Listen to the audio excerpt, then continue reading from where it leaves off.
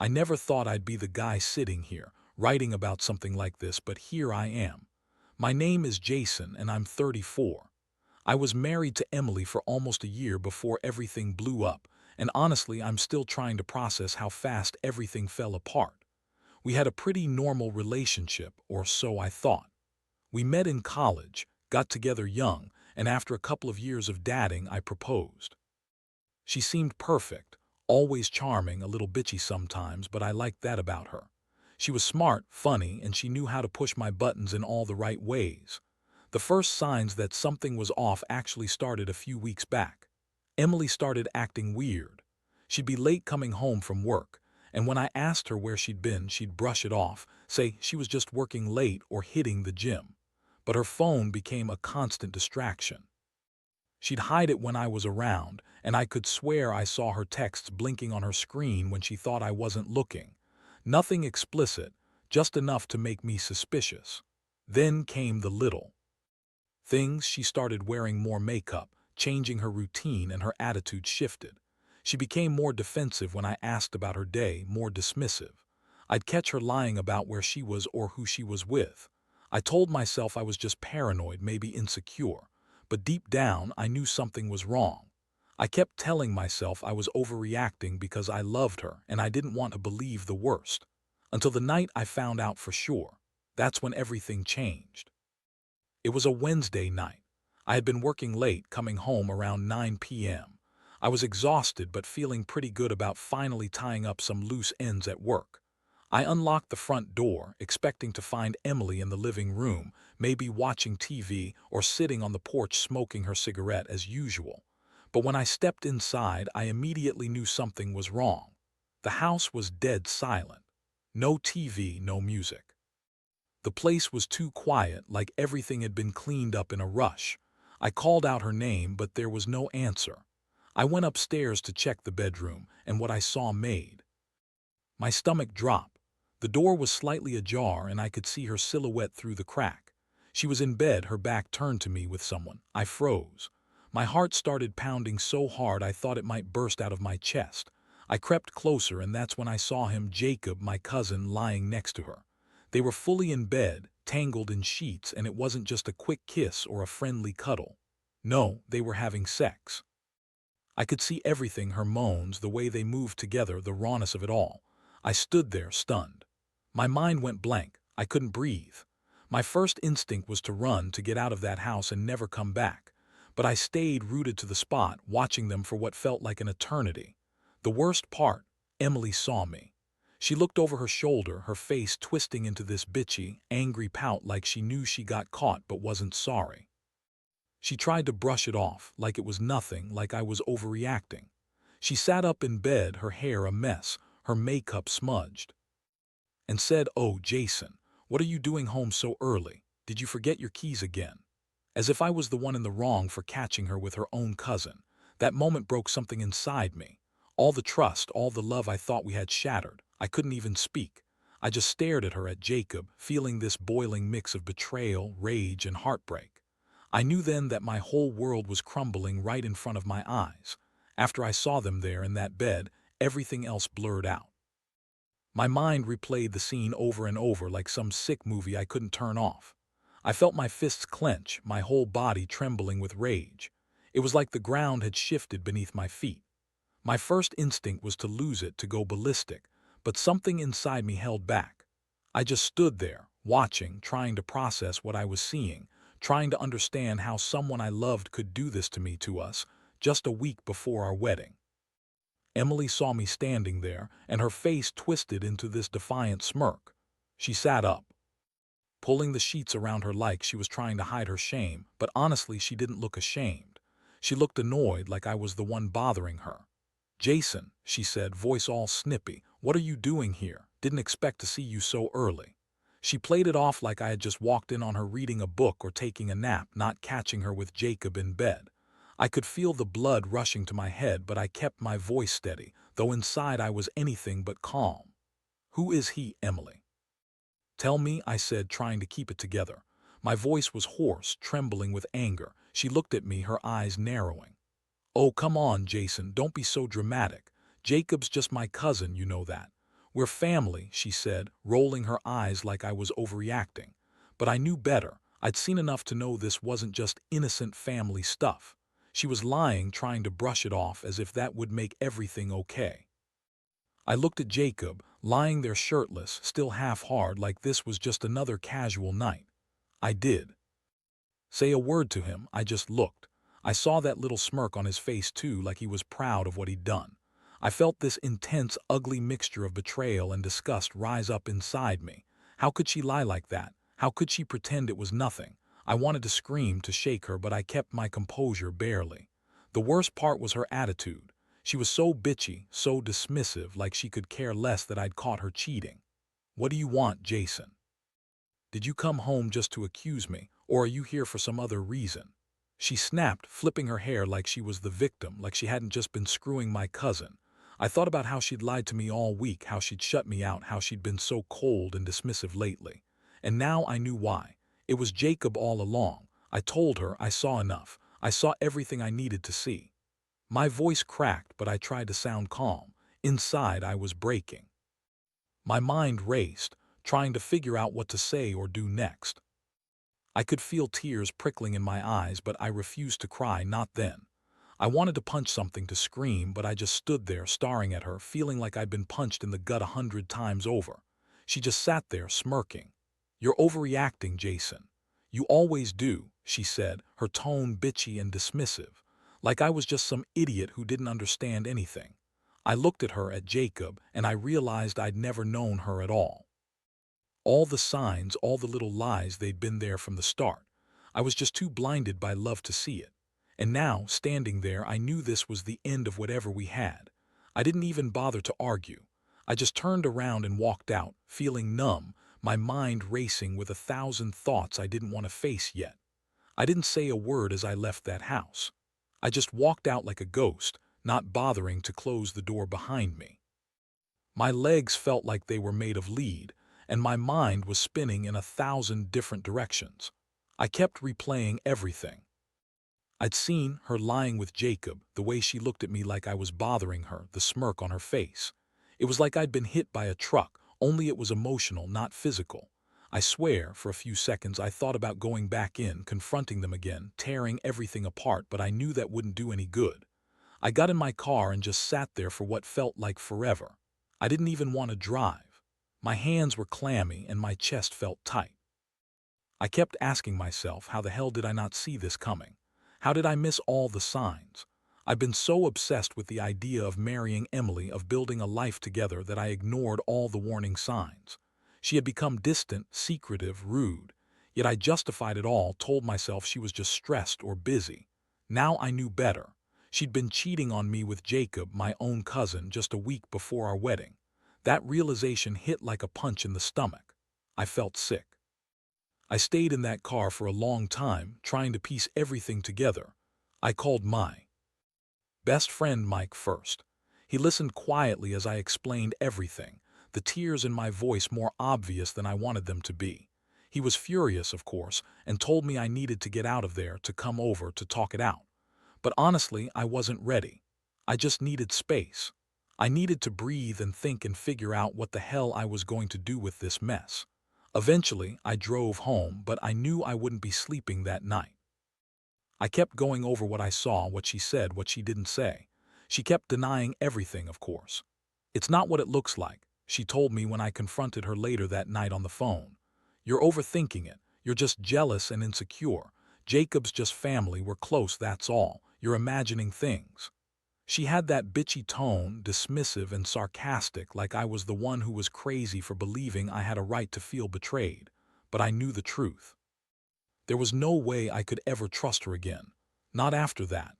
Not after seeing her in bed with Jacob, the guy I thought was my family. I kept asking myself, how much more was I supposed to take? How could she lie so effortlessly, even now, trying to pretend everything was fine?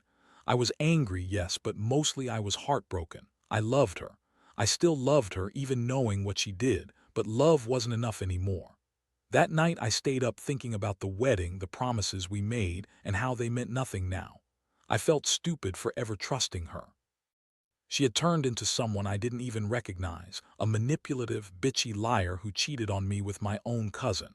I couldn't believe I'd been so blind.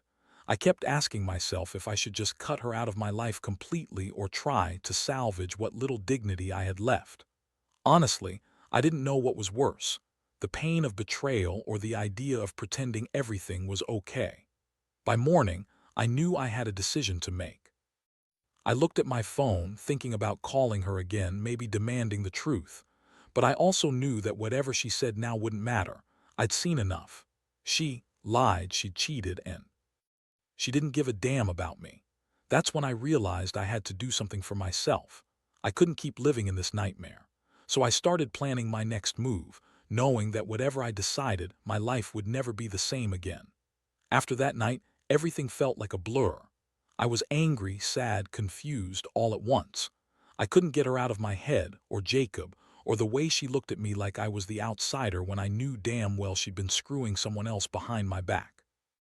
I couldn't sleep, so I started going through my phone, digging up every message, every call, trying to find some clue I might have missed.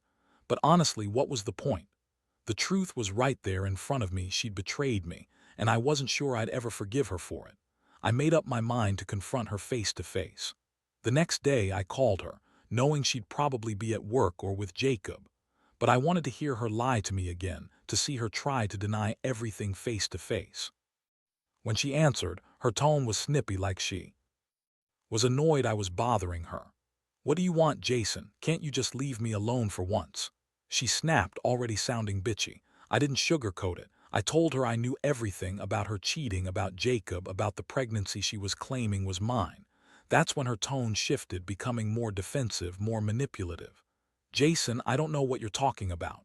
You're just paranoid, you're crazy. I've been busy with work, that's all." "You're imagining things," she said, trying to act like I was the one losing my mind. But I wasn't buying it. I told her, "Don't lie to me, Emily. I saw you in bed with Jacob. I saw the way you looked at him. You've been lying for weeks, maybe months. And now you're pregnant, claiming it's mine. Do you think I'm stupid? Do you think I don't see what you're doing?" That's when she got really bitchy.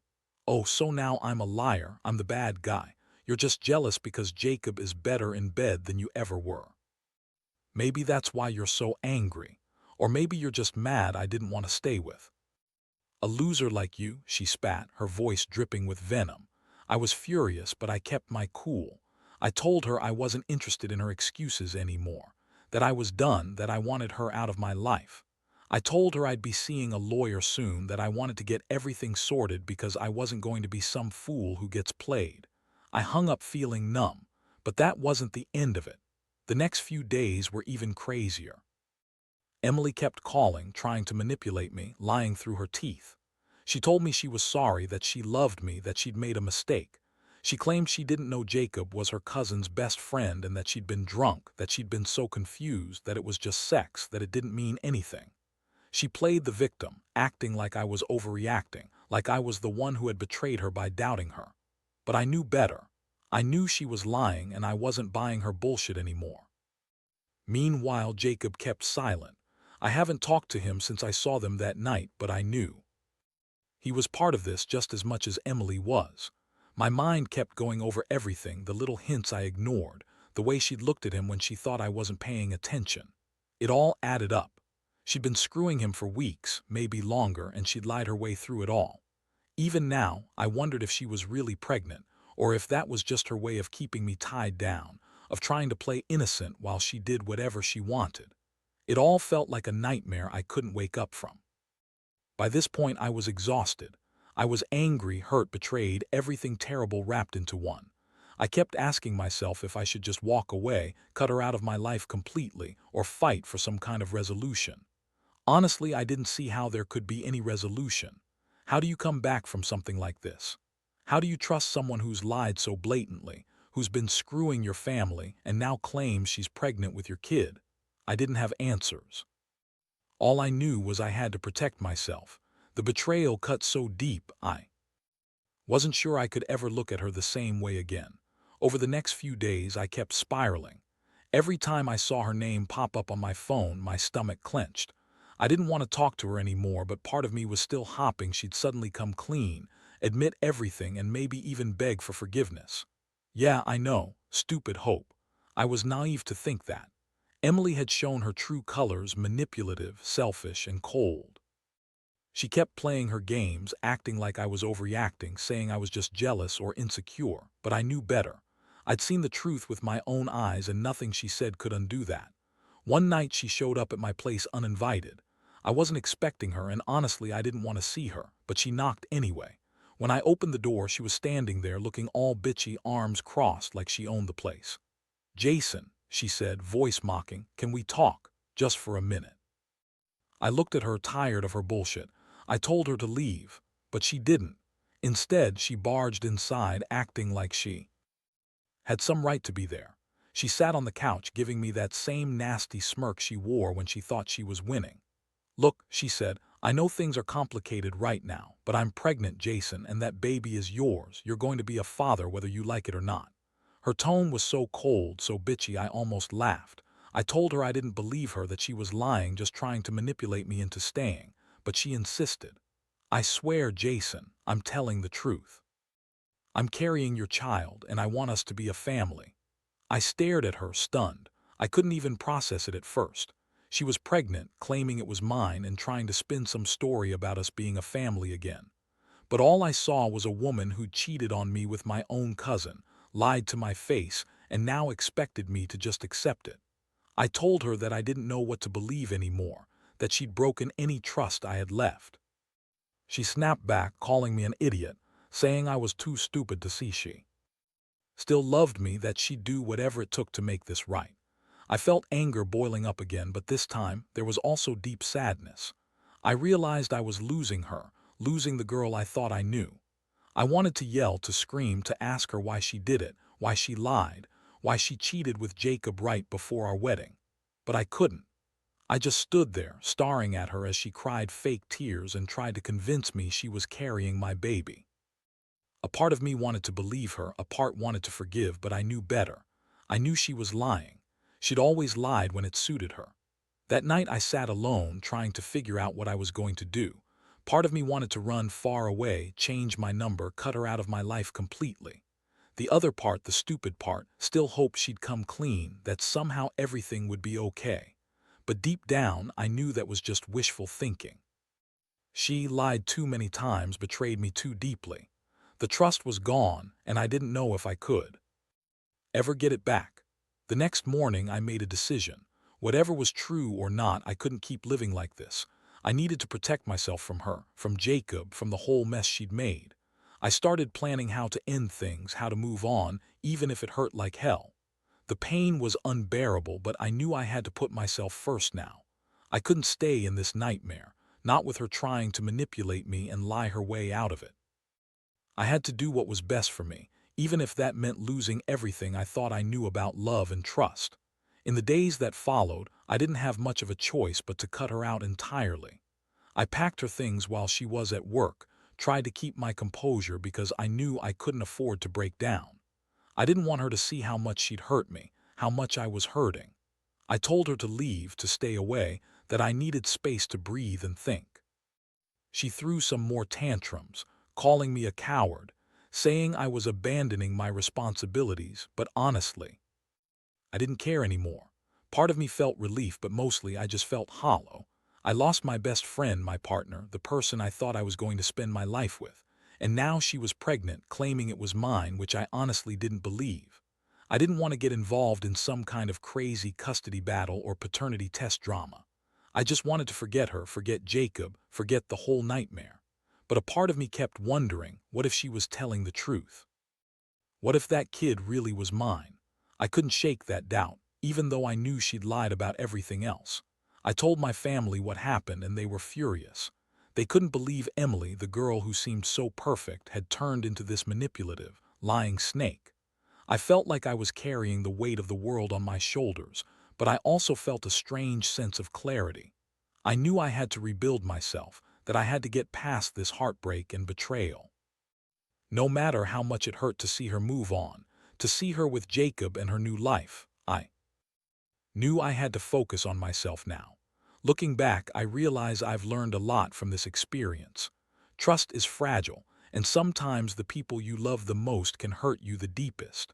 I also learned that sometimes you have to walk away from everything you thought you knew, that holding on to false hope or denial only prolongs the pain. It's easier to face the truth, no matter how ugly, than to live in a lie. So here I am, a little wiser, a lot more cautious, but finally starting to feel like I can breathe again. I don't regret loving Emily, but I do regret not seeing the signs earlier. I hope anyone out there who's going through something similar learns to trust their instincts. Don't ignore the red flags. And if you find yourself betrayed, remember, you're better than the pain they've caused you. You can survive, you can heal, and one day, you'll look back and realize that this was just a chapter, not the end of your story.